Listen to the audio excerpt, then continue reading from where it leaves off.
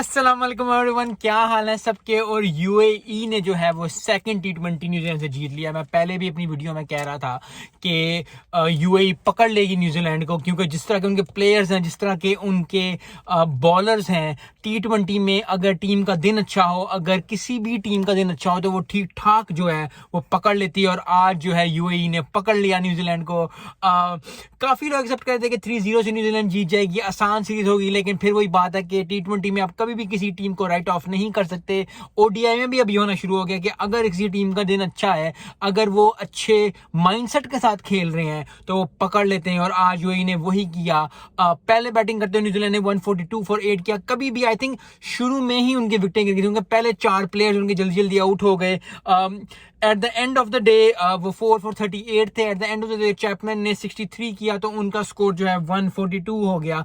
New Zealand की इतनी बात नहीं करेंगे, क्योंकि यूएई के लिए आज जो का दिन है बहुत ही अच्छा है, क्योंकि बॉलिंग भी चली, बैटिंग भी चली। मैंने लास्ट वीडियो में भी यही कहा था कि मोहम्मद वसीम जो है, अगर वो चल पड़े, जो उनके कप्तान हैं, तो ठीक ठाक परफॉर्मेंस हो जाएगी, ठीक ठाक जो है वो काम हो जाएगा। और यही हुआ। बॉलिंग अगर की बात कर लीजिए, अफजल खान ने जो है 4 ओवर कराए, 3 विकेटें ली, 1 ओवर में 2 विकेटें ले ली, 3 ओवर 20। उसके बाद जवादुल्ला ने भी 2 विकेटें ली, तो बॉलिंग भी अच्छी की और 142 पे उनको कंपोज किया न्यूजीलैंड को। उसके बाद मोहम्मद वसीम ने बैटिंग करते 55 किया। और ये नहीं है कि 19वें ओवर में खत्म हुआ या 18वें ओवर में या 20वें ओवर में खत्म हुआ, 16वें ओवर में उन्होंने खत्म किया, तो 4 ओवर अभी भी पड़े थे। तो ठीक ठाक बैटिंग परफॉर्मेंस जो है वो यूएई की तरफ से आई है। Very congratulation to UAE. UAE team के लिए ये जीतनी इतनी इंपॉर्टेंट थी सीरीज। मैं जीतना चाहता, आई होप कि वो सीरीज भी जीतें, लेकिन उनके लिए ये जीतना इंपॉर्टेंट है, क्योंकि अगर आप इस साल जीतते हो तो फिर जो प्लेयर्स होते हैं उनको उनकी रिकग्नाइजेशन होती है। और एक अगर मैच आप जीत जाते हो तो और भी प्लेयर, जो नॉर्मल प्लेयर खेल रहे हैं, जो खेलना चाहते हैं यूएई की तरफ से, जो लोग अंडर गोइंग प्रोसेस हैं, वो भी फिर डिफरेंट लीग्स, डिफरेंट लोग जो हैं उनको बुलाते हैं, और फिर आपकी टीम का नाम बढ़ता है, आपके मुल्क का नाम बढ़ता है। तो वेरी कॉन्ग्रेचुलेशन टू यूएई। इसमें सबसे बड़ी बात यह है कि मोहम्मद वसीम मॉन्ट्रियल टाइगर्स से खेले थे।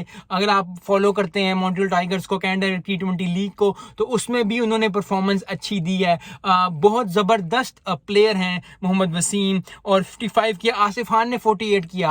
आखिरी ओवर बहुत ज़बरदस्त था, छक्का मारा, फिर 2 किया, फिर चौका मारा, फिर चौका मारा। तो कॉन्फिडेंस लेवल जो है वो एक अलग लेवल पे था। और यही बात होती है जो आपकी प्रोफेशनल लाइफ में भी, पर्सनल लाइफ में, स्पोर्ट्स में भी, अगर आपको कॉन्फिडेंस मिल जाए किसी चीज़ का, अगर आपको कॉन्फिडेंस हो कि हाँ हम ये कर सकते हैं, तो बहुत चीज़ें आसान हो जाती हैं। यस, ज़िंदगी में मुश्किलें भी आएंगी, ज़िंदगी में हार भी आएगी, जीत भी आएगी, लेकिन at the end of the day अगर आप कॉन्फिडेंस आपके अंदर आ जाता है कि हाँ ये हम कर सकते हैं, जिसका यूएई ने किया आज, तो ठीक ठाक जो है ज़िंदगी आसान हो जाती है। क्योंकि जब आपको कॉन्फिडेंस आ जाता है तो फिर ज़िंदगी और मसले आसान होने शुरू हो जाते हैं, फिर राहें खुलनी शुरू हो जाती हैं। सो आई होप कि यूएई के लिए और भी राहें खुलें।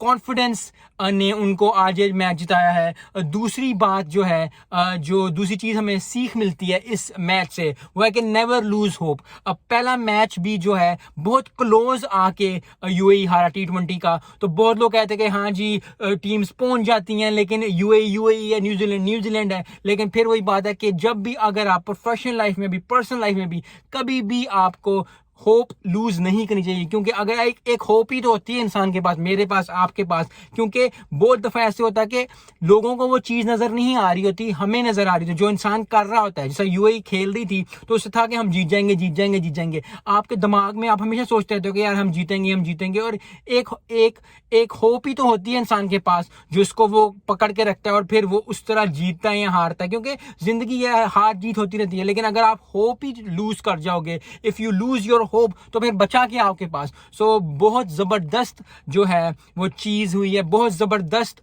मुबारक हो यूएई को।